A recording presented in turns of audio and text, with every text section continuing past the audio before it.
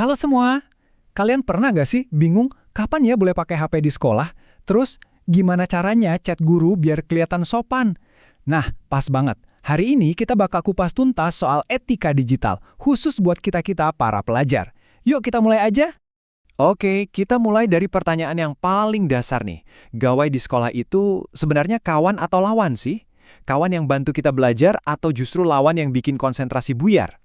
Jawabannya, ya bisa dua-duanya. Gawai itu kan kayak pisau bermata dua. Kalau kita pakainya benar, wah berguna banget. Tapi kalau salah, bisa bahaya.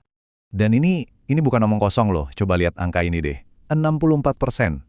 Jadi menurut sebuah penelitian, sebanyak itulah guru yang ngerasa murid-muridnya jadi agak ngehindar dari obrolan tatap muka gara-gara keasikan sama gawainya. Itu lebih dari separuh guys. Artinya apa? Artinya, skill sosialisasi kita di dunia nyata bisa-bisa kena imbasnya.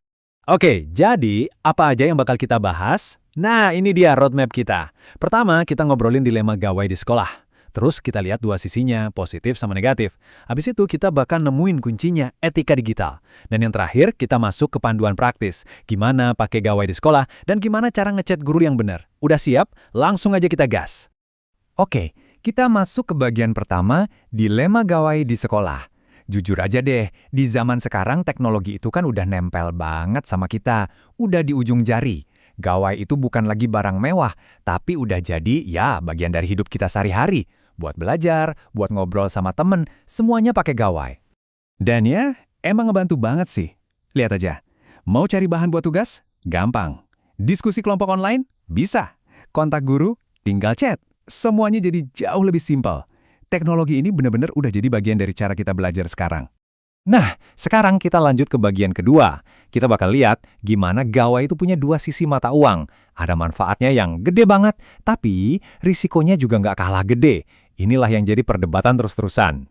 Oke, di sini kita bisa lihat rangkumannya. Sisi positifnya, wah jelas banget. Kita bisa dapat informasi apa aja, kapan aja, aplikasi buat belajar juga bejibun. Tapi, di sisi negatifnya ada distraksi, ada risiko kecanduan, dan yang paling serem, ada cyberbullying. Nah, nyari keseimbangan antara dua sisi ini, itu yang susah. Dan datanya ngomong lebih banyak lagi. Masih ingat angka 64% yang tadi? Nah, nambah lagi nih. 53% guru juga bilang muridnya jadi gampang banget hilang fokus di kelas gara-gara HP. Ini udah bukan soal main-main lagi loh. Ini udah ngaruh langsung ke nilai dan cara kita berteman. Serius kan masalahnya? Dan salah satu risiko yang paling bikin ngeri itu cyberbullying. Menurut UNICEF, definisinya itu perundungan pakai teknologi digital. Kata kuncinya di sini adalah berulang. Tujuannya buat nakut-nakutin, bikin marah, atau mempermalukan seseorang. Dan karena ini online, jahatnya tuh dia bisa ngikutin kita 24 jam sehari, 7 hari seminggu. Bahkan sampai ke kamar kita sendiri, jadi kayak nggak ada tempat aman lagi. Contohnya apa aja? Wah, macam-macam. Dan mungkin kita sering lihat, nyebarin kebohongan atau foto yang bikin malu, ngirim pesan ancaman, bikin akun palsu atas nama orang lain, bahkan sengaja ngeluarin teman dari grup online. Itu semua, itu cyberbullying. Makanya kalau kalian lihat hal kayak gini terjadi, jangan diam aja. Langkah pertama buat ngelawan itu dengan ngenalin bentuk-bentuknya. Oke, kita udah lihat masalah-masalahnya. Serem juga ya, tapi tenang, sekarang kita masuk ke solusinya. Bagian ketiga, kuncinya ada di etika digital. Ini bukan berarti kita harus anti teknologi, sama sekali bukan. Tapi ini soal gimana caranya kita jadi pengguna teknologi yang cerdas dan bertanggung jawab. Terus apa sih etika digital itu? Gampangnya gini deh. Etika digital itu kemampuan kita buat pakai teknologi secara sadar, penuh tanggung jawab, sopan, dan yang penting bermanfaat.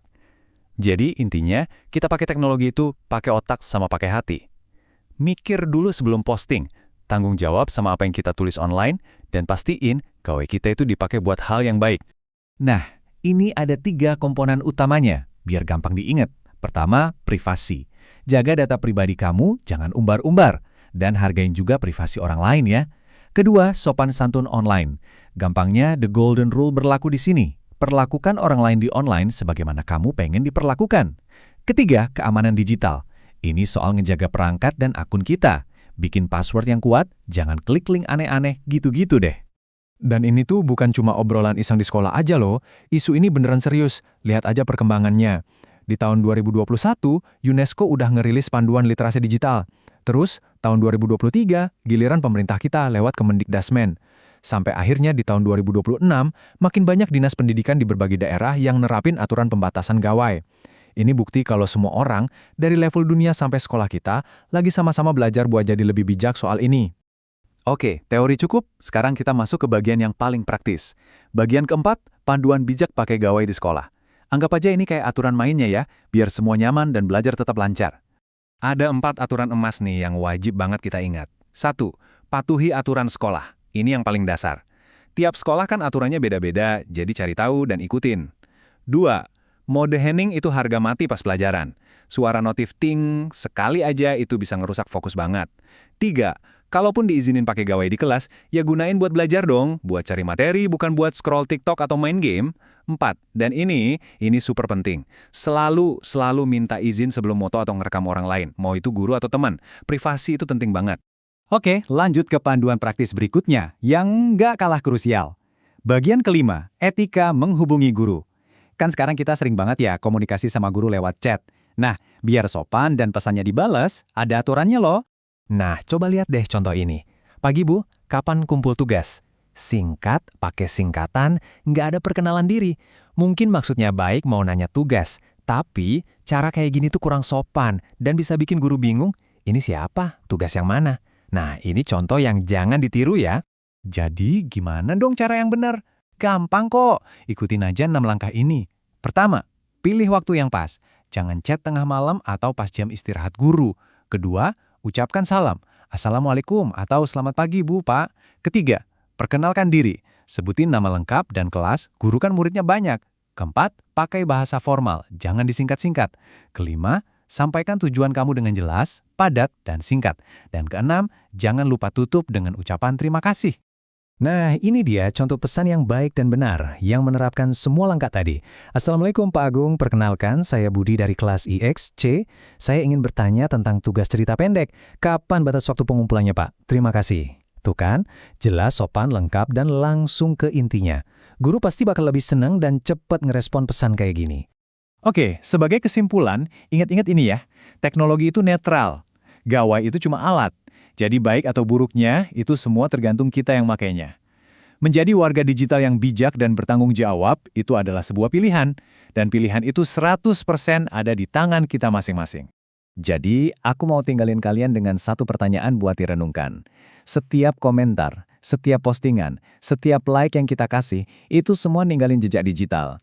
Itu yang ngebangun reputasi online kita. Pertanyaannya adalah, jejak digital seperti apa yang mau kamu tinggalkan? Coba pikirin baik-baik. Makasih banyak udah nyimak.